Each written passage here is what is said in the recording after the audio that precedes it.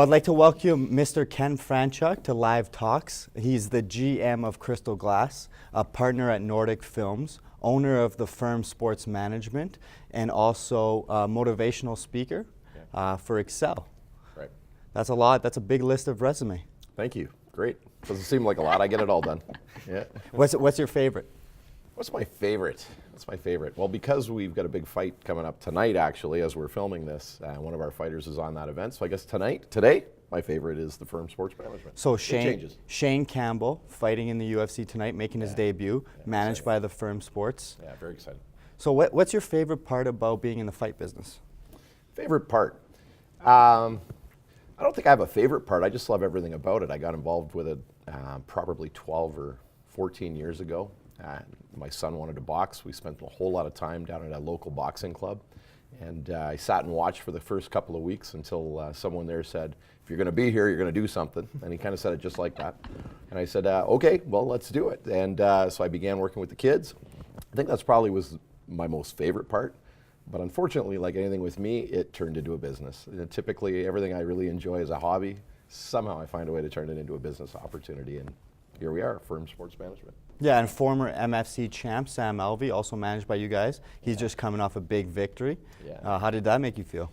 I was pretty excited. Yeah, I was excited when he was. I think he was flown to Brazil to lose. Actually, I think if you know anything about the sport, but yeah, he turned everyone's heads when he knocked his opponent out cold. Actually, it was a lot of fun to watch. Jeez. Yeah, it was awesome. That's intense. So being so many different hats with all the things that you do, what puts hunger and drive into your system? What keeps you going when you wake up every morning? Wow, that's a kind of a cool question. I guess, and I don't want to go into it a lot, but if my background is what motivates me. I started really with nothing, about as close to really nothing as a human can start with, and I learned pretty quickly that with effort, I could start being able to manage my life better, have a better life for my family, and to earn respect amongst my peers. I think probably just knowing what it's like having nothing motivates me every day to ensure I never go back there.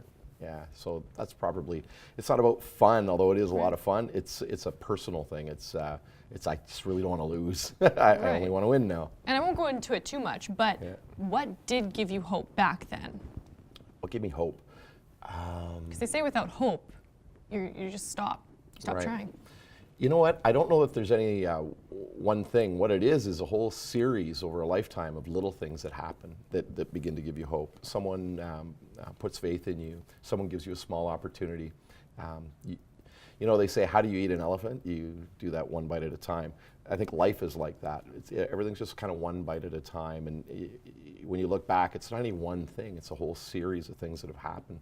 You know, and the feelings of confidence or succeeding at something, and then that feeling of euphoria when you win in a small, just takes you on to the next one. Just kind of everything keeps you carrying on to the next one. So having a big picture of what you want, but what are the smaller steps to get you there throughout the day and achieve that one day at a time?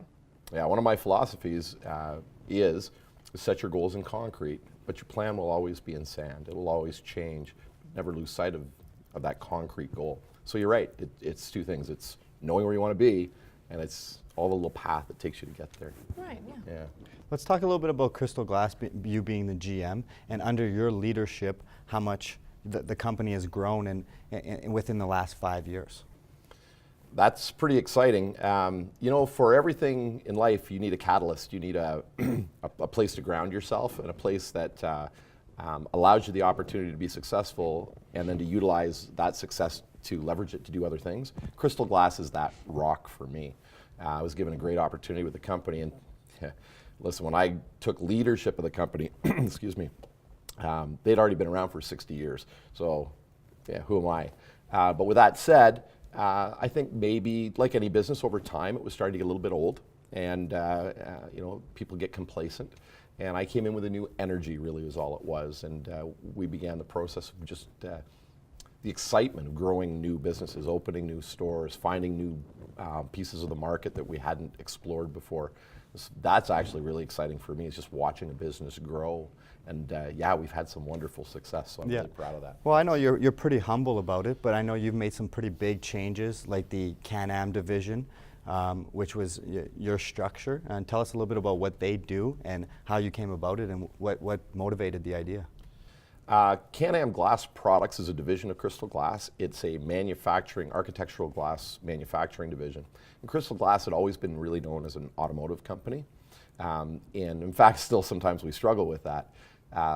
I was given an opportunity to manage a small little piece of our business that did some unique, what we call flat glass or architectural glass components. It was a small division, had a few people in it, but I saw huge potential. I worked really hard for a couple of years to prove myself to the ownership of the company at the time that I was really serious about taking the company to a different level. At a certain point, I approached our founder, Ed Bean, and said, hey, listen, I've got this idea. And thankfully, he's also an extreme entrepreneur, and gave me all of the rope I needed to either succeed or potentially hang myself. And thankfully, I did succeed. We opened a 60,000 square foot manufacturing facility with about $10 million worth of automated equipment, and really did it on a gamble, but a calculated gamble. And so that was opened 12 or 13 years ago now under my leadership. And it was a tough haul the first couple of years, like any new business. But I'm proud to say it now generates revenue of over $10 million a year and does really wonderful. We employ 60 local people and support all of Western Canada with architectural supplies. So it's really neat. Yeah, and Ed Bean is I would say, a celebrity around Edmonton, not only for his philanthropy and his entrepreneurial skill, but at one time he owned part of the Oilers. Right. How big of an impact has he made in your entrepreneurial skills? Yeah, he's been a huge, huge piece of the puzzle for me. I think that inherently I already had that entrepreneurial bug that was already in me. I think you either have that or you don't have that. Right. But then it comes down to mentorship and coaching and being given opportunity. Ed has done all of those things for me. As a mentor, I would class him as close to a father figure as anyone I've ever had in my life. Takes the time to sit and talk about what's worked for him, what hasn't, what motivates him. I ask the same questions, funny enough, that I'm asked oftentimes when I do these sorts of things. What motivates you? And well, those are questions I sat and asked Ed 10 and 12 and 15 years ago. He's been a monstrous influence in my life, in particular my business life, but also my personal. So is it safe to say that he's your role model right now? And if so, that's great. Yeah. But who was your role model when you were younger? He's definitely my role model now. Yeah. No question about it.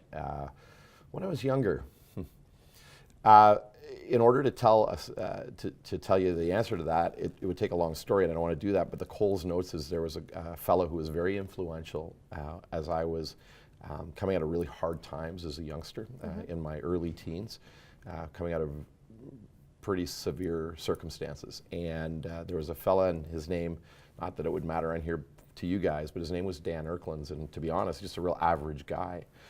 But he was a fella who gave me an opportunity to work, and then once he found out how bad my personal circumstances were, he physically took me in to a really small apartment that he had. He was about to get married. He and his future wife were living in a tiny little apartment in Toronto. And this guy said, you know, I found out your background and where you're staying right now, and you're not doing that anymore. You're going to move in with us until we can get you sorted out. And this guy really took me under his wing, and he was a real huge influence when I was younger. Do you think that makes a huge impact for why you're so involved in the community now and being such a philanthropist yourself? Absolutely. That's funny, as we're sitting here, I literally just got a chill because it caused me to think about it again, and it's happening as we sit here. One of the things that Ed Bean has taught me, probably more so than anyone else, is the importance of giving back. And you know, we spend all of our time and energy typically trying to make a better life for ourselves, for our family, and that's noble. There's nothing wrong with that. It's really noble. But there comes a point where you have enough, and there's others who are looking for that opportunity, that hand up, or or maybe it's just to sit down and say, hey, this is what I did. Why don't you try this? Mentorship. And so I started realizing I was sort of at that cusp of between trying to build my own and time to start doing something for someone else, probably around 5 or 8, 10 years ago. And so I started dabbling in it and just trying to be there for others. Everything in my life is interactive. The boxing thing, when you think about it, these are kids that typically have rough home lives, are searching for mentorship, coaching, a good role model. And I think that was what the appeal was for me even then. And it seems everything I do now is sort of related, and it's not conscious, it's a subconscious thing, where I end up in situations where there's youth at risk and there's an opportunity and I'm compelled. It's like a DNA thing now. You make a lot of conscious decisions all day. Right. But there's certain things you can't control about yourself. It's become part of my personality, part of my DNA, where I really can't even help myself. When I see that someone needs a hand up, I gotta be there. Just ingrained in you. I can't even control it. Yeah. So with you being so many different hats that you have on throughout the day, how do you balance it all? I get asked that a lot. It's $1 million question, I guess, right? I guess it is, but again, it's kind of funny. It's back to that DNA thing.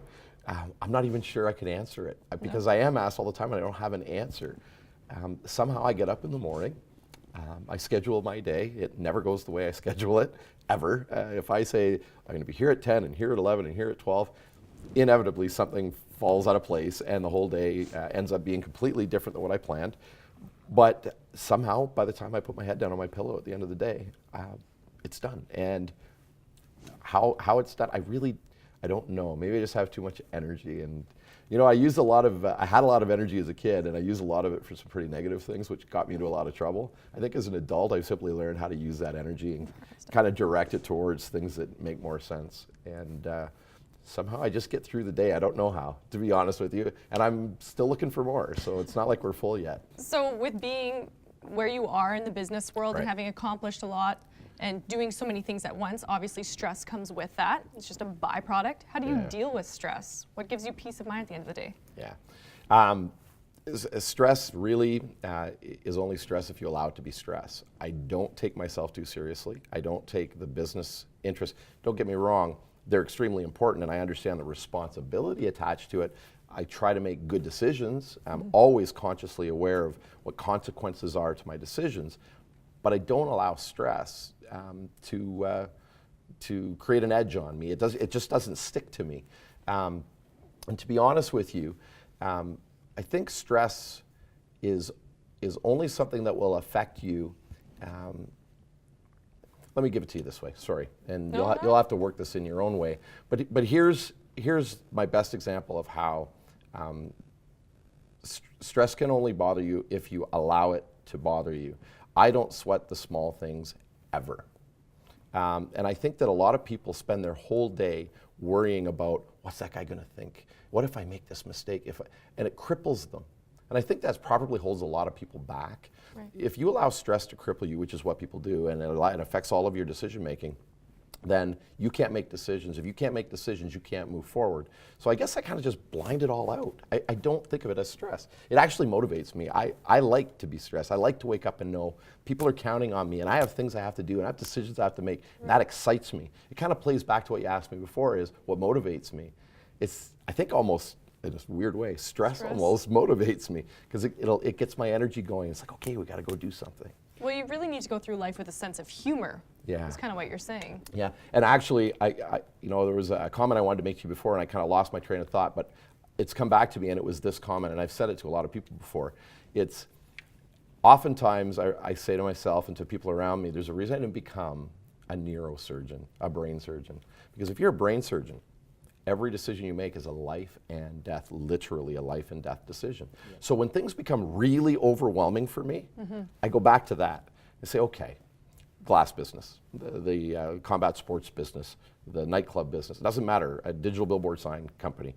Right. Any decision I make is not going to be a life and death decision. There's nothing that can't be fixed. Right. Yeah. As long as you focus on fixing the problems once you have them. I guess that's kind of how I look at things. It's true though, right? It's not life or death. Relax. It's going to get done at the end of the day. Yeah. It might not be what we envisioned, Yeah. but it's going to work out. Absolutely. Right? And then you have to apply to that a lot of common sense and hard work. I mean, you can't kind of la-ti-da through life saying, oh, nothing matters, but because it does. And you need to understand that, again, that's sort of the responsibility side and the common sense side and the maturity side that says, I don't allow the stress to kill me, and I'm not a neurosurgeon, nobody's going to die. However, you know, this will affect people, and I have to be cognizant of that. I have to make good decisions. But if I make a bad one, we'll fix it. Right. So, yeah, I really don't have much of the what I would call sharp edges of stress in my life. I just don't. That's good. What advice would you give somebody that's, because you come from pretty much nothing to being a very successful entrepreneur, somebody that's struggling right now, what kind of advice would you give them? That one's pretty easy because at the end of the day, there's just a couple of things that will make you successful. One is work harder than everyone else. You know, it's so cliche and you hear it all the time. Well, you know, if you're going to be successful, you have to work harder than everybody else. Well, it's the truth. There's really, it's such a simple thing. And I do live a lot of my life based on that, my business life. When I see somebody who's rising, don't ever be afraid of that. Use it to motivate you. Because if you see somebody rising and working harder than you, it's just like a race. Okay, well, I better pick it up. I got to do more. I've got to do more. So I believe that hard work is number one. The second one is common sense.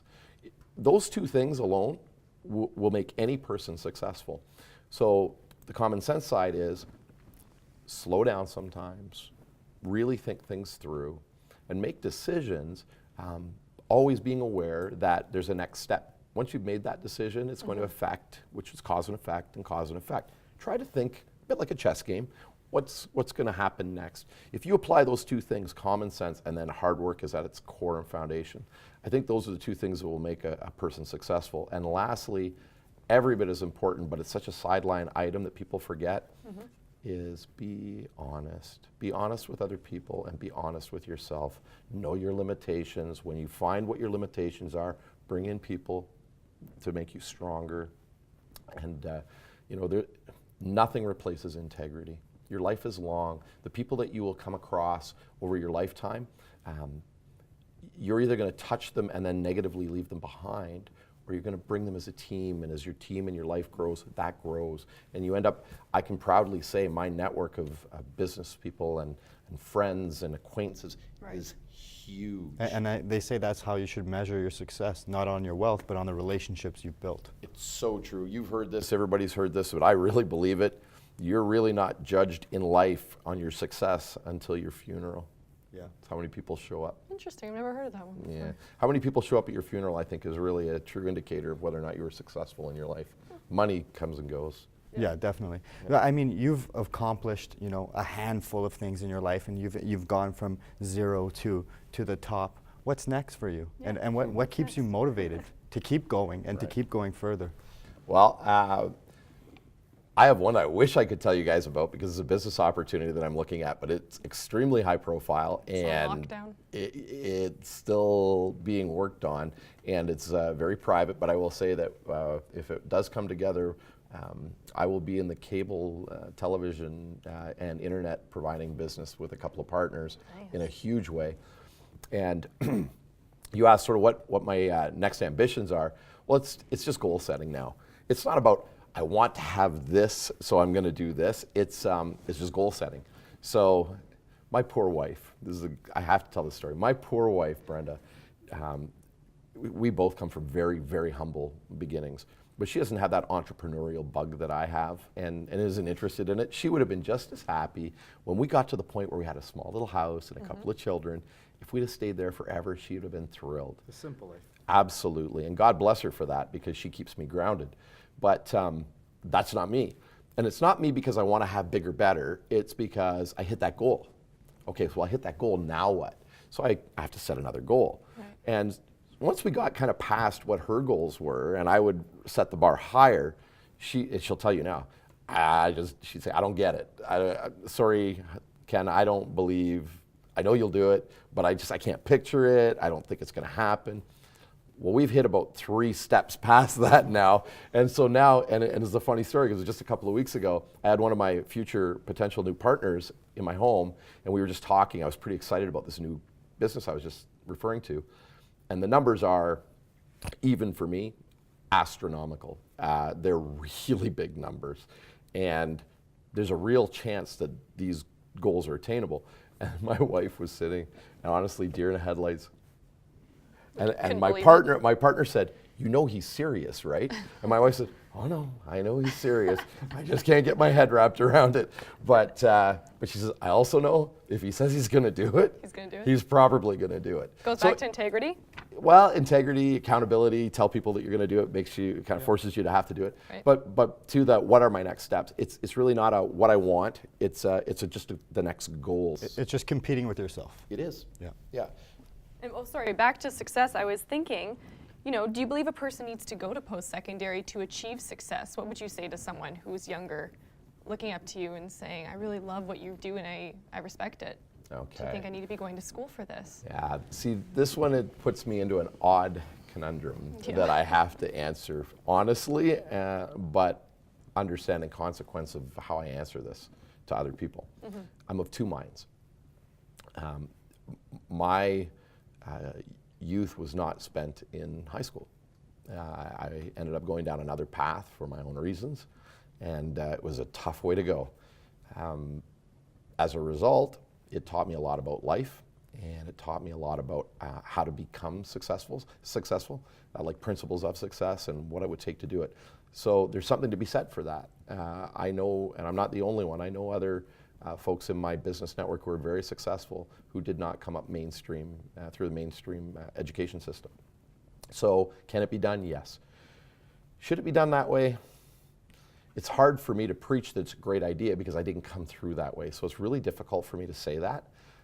But the common sense side of me says, right, of course it is.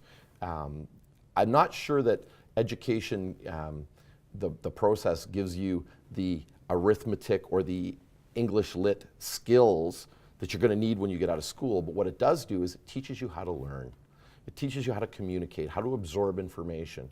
And the further you go through education into university or college, those next levels, now it does indeed become more specific to what you're going to anticipate you're going to do, but more importantly, even more of this ability to learn and draw in information. So I think it's very valuable, but I find myself hypocritical if I say it's the only way, because right, I actually had to go back and do night school just to get an equivalency so that I could do a little bit of college night courses, and that's all I have. I mean, yeah, and there's so many pros to going to school and post-secondary, but the cons are in this country is the amount of debt that students have to pay after school is done is just astronomical. Yeah, to be honest, I never really had to worry about, for obvious reasons with myself, what kind of debt I would accrue, because I never did go through that path. And with my kids did do their high school, but then they came on to work with me in different aspects of my businesses. But I look at what the education is costing just from the media. I've been, especially now with what's going on, elections and the governments, and everybody's kind of going on about post-secondary costs of education. And I saw some numbers that said like $10,000 and $15,000 a year. Well, with all due respect, $10,000 to $15,000 a year for a lifetime education, to me, sounds like a steal. So I'm not. What you're saying. Yeah, I'm not sure that carrying 4 years of debt at $60,000 for a guy who's going to become, hypothetically a dentist or a doctor or a lawyer. Listen, $60,000. Have you seen what a doctor bills? Yeah, but it all depends, though. I mean, like if you own your own practice and things like that. But some, like say a nurse, after paying taxes, a nurse will only take about $60,000, $50,000 home. So yeah, the equivalent is a lot of paying. And nations like Germany and things like that, they get free post-secondary for. So there is some negatives to it, but I definitely see what you're saying. Well, and I can't argue. I can't even debate that because I truly, again, I'm not educated well enough on it. I've never really found myself in that situation. It was just sort of my observation. But you're right in hindsight. If you're talking about a $60,000 or $50,000 education to get a $50,000 a year job, yeah, the math kind of doesn't work. Yeah, exactly. Yeah. And there's no guarantee you're gonna get that job. afterwards. Right. Look at Ontario. There's nurses in Ontario that have to go to the States, or there's teachers in Ontario where there's a long list to go through before they ever get a job. So a lot of these people have a teaching degree, but they're stuck, being a waitress or being a bartender at a bar. So there is a level of things that need to be fixed with the education, I think, in our country. Yeah, 100%. No, I agree with you. Let's go back, because I'm actually lucky enough to know you somewhat on a personal level. And there was a statement you made one time that really touched me, is when you look in your fridge. I'll just leave it at that and we'll let you explain the rest. Oh, wow. Okay, Dave. Yeah, you know what? You're not the one who's lucky. I'm the one who's lucky first. You know what? I think I'm pretty blessed to have you guys and you and your family in my life as well. So yeah, we're definitely friends. Which allows you to have information like this that can be used when we're taping something, filming something. Damn you, Dave. Yeah, okay, I'll give it to you. Again, I come from humble beginnings, and there are times in my life where I really had nothing. And by nothing, I mean nothing. And food, for a lot of years, was one of those things that people take for granted and I didn't have access to. And so now, one of the ways I measure success is food in the pantry. And my wife will often catch me, and I still do it. First of all, we always have way more food than we need in our house. I know that's probably not a good thing, maybe a little bit wasteful sometimes, but it is what it is. It's the reality. It's a safety blanket for me. Our pantry is always completely full, and if it's not, I ask my wife to please go fill it again. And I can be caught every once in a while with the pantry door open, standing in front of the pantry, looking at the food, and I can stand there for probably 3 to 5, 10 minutes sometimes and just look at it. Just admiring. Just know that it's full. I know it's there, and I won't be hungry.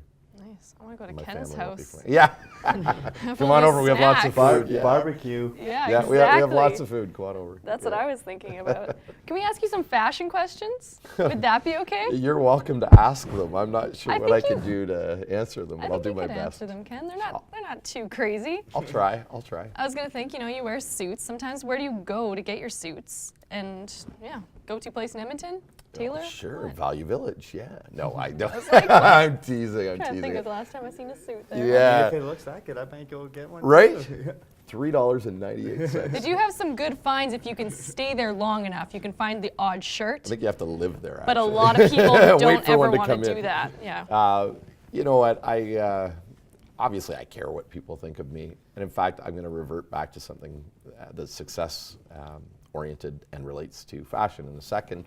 But for me, I guess I'm not all that stylish. I'm getting a little bit older. I mean, I care what people think, and I want to look professional. But I don't sort of have a favorite name brand or a favorite store. I'm the guy who does the Moors and that kind of thing. But what I do like is in my own time, my personal time where I'm not in business attire, is I really like sort of the Robert Graham look. So I've got a closet full of those types. And I found a company in Edmonton. Now, for the life of me, I've gone blank what they're called. Eddie's Menswear.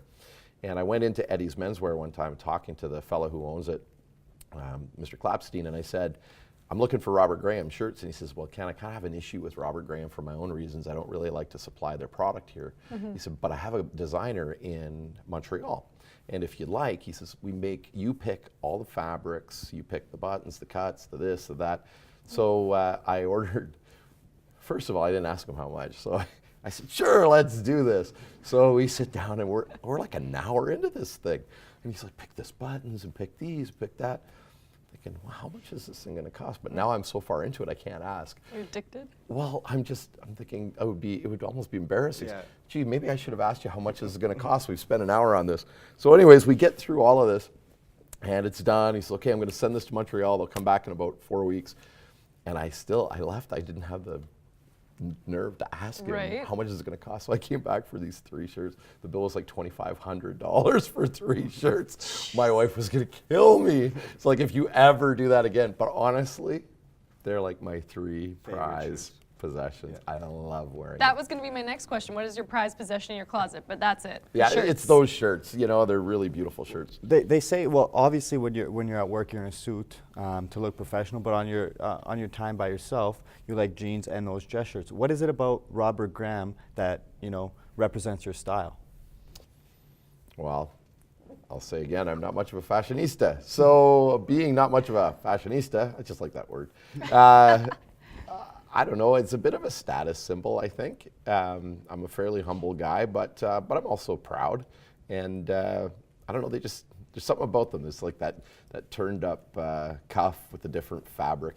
I don't know, it just looks cool. I like can it. answer it for you. Answer it because for they're me. fun and loud, and you're fun and loud, right? You know what? Not loud in a bad way at all. No, I've never thought of it, but you're bang on for sure. It's because I have a pretty low-key personality, Yeah. right? But when you get to know you, you know, Yeah. No, you're absolutely you're right. interesting, you're colorful. That's how the shirts are. Okay. Just when you think you're one pattern, the cuff's the other side. I better start wearing gray. Gotta double, no. Oh, sorry. Over here, got black and gray. yeah, Mr. Conservative. That's right. That's right. Just keeping it low key over here. Okay, so let's do Brianna's favorite part. Yes, Uh-oh. please, let's. It's called the rapid fire get to know Mr. Ken Franczek. Oh, I'm Okay. afraid. No, don't be afraid. So it's yes or no questions, or it will be something like cat or dog. Okay, can I do it in advance? Yes, yes, no. Dog, cat, no, yes. No, fail. All right. We gotta all do it right, again for all the right, all right, for the real. All right. Okay, so tea or coffee, Coffee, TV or a book, TV, laugh or love. both. I'm not allowed to do that. No, that's fine. That's fine. Wine or beer. Depends on the day. Favorite restaurant. Character's restaurant. Favorite color. Blue. Favorite car. Ooh, Lamborghini. Nice. Book or magazine. Book. Favorite vacation spot. Bahamas. Ooh, that's a good one. Facial hair or no facial hair. Well, I'd say facial hair, but I can't grow any, so no. Hair gel or no hair gel. Yeah, just look at this mess. Yeah, hair gel. Okay, whatever. Sleeping in or waking up early. Waking up early. Nice. Running or walking. Running. Spray tans or no spray tans. Yeah, okay, I've done it before. Gold or silver.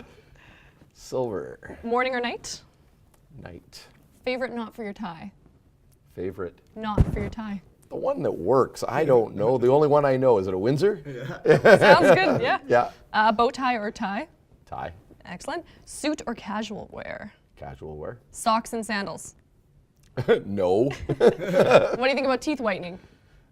What are you saying? I wasn't saying anything. I got a good one. Boxing or MMA? Some people will hate me, others will love me. Boxing.